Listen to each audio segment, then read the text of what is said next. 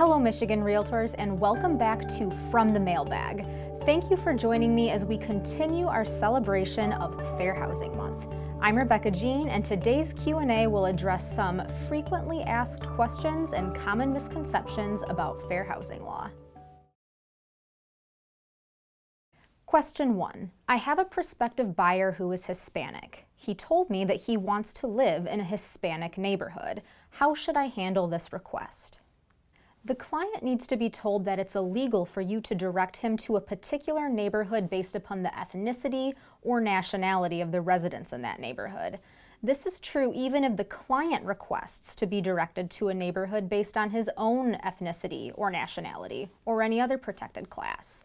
If, however, the client identifies a specific geographic area in which he wishes to live, the realtor can then honor the client's request and limit the search to only that neighborhood.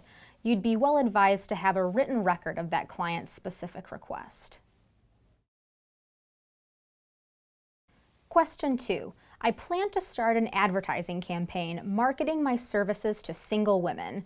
I also plan to incorporate a donation to a women's charity into this advertising campaign. Is this allowed? It's certainly permissible to set up a program which donates money to a women's charity, but an advertising campaign should not target members of a particular protected class. Unlike the Fair Housing Act, the Michigan Elliott-Larsen Civil Rights Act also prohibits discrimination based upon marital status. This makes it illegal to direct advertising to single persons as opposed to married persons, or to women as opposed to men. Question 3. I plan on stating in the MLS that my seller's home is in a family neighborhood. Can I use this type of description? Familial status is a protected class under state and federal fair housing law. A reference to a family neighborhood could be interpreted as an attempt to discourage buyers who are not families with children. Real estate advertising should never include statements that suggest that families with children are not welcome or that they're the only people welcome. Question 4. I represent a buyer who placed an offer on a home for sale. The offer included a letter from my buyer explaining to the seller why the buyer was a good fit for the home and why the seller should accept the offer. The listing agent has refused to deliver my buyer's letter, claiming that to do so would violate the fair housing law. Is this true?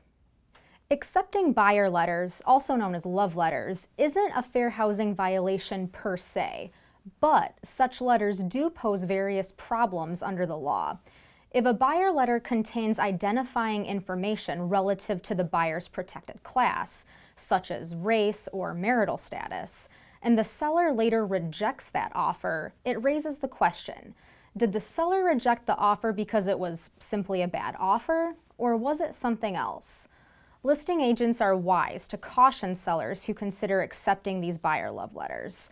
Neither a seller nor an agent wants to be in the position of having to explain why a buyer's offer was rejected after learning information relative to that buyer's protected class.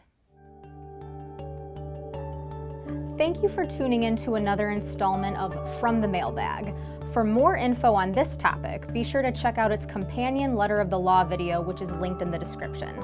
Please send any questions or suggestions for new topics to the email listed below. Based on input from you, as well as the Michigan Realtors Legal Hotline, our legal team will continue to work on content to help you as a realtor. Again, thank you for watching, and we will see you next time.